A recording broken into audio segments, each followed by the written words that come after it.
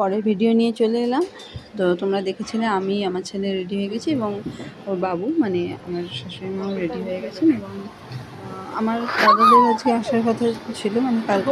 আমার ছেলেকে ইচ্ছা ছিল তাদের সঙ্গে বাজি ফাটানো হয়েছে। তো এখন একটু ট্রেলার মা একটু দেখাও কী কী বাজি এসছে নতুন, কারণ ওর এটা প্রথম বছর যে এখানেও বাজিগুলো সম্পর্কে জানছে।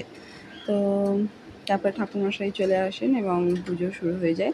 এটা ওর দাদা এবং হাম্পির বাবা, মানে হাম্পির বাবাকে পাওয়াটা খুব মুশকিল হয়ে যায়, সেই জন্যে মানে খুবই কম ছবি আমরা পাই ওর সাথে।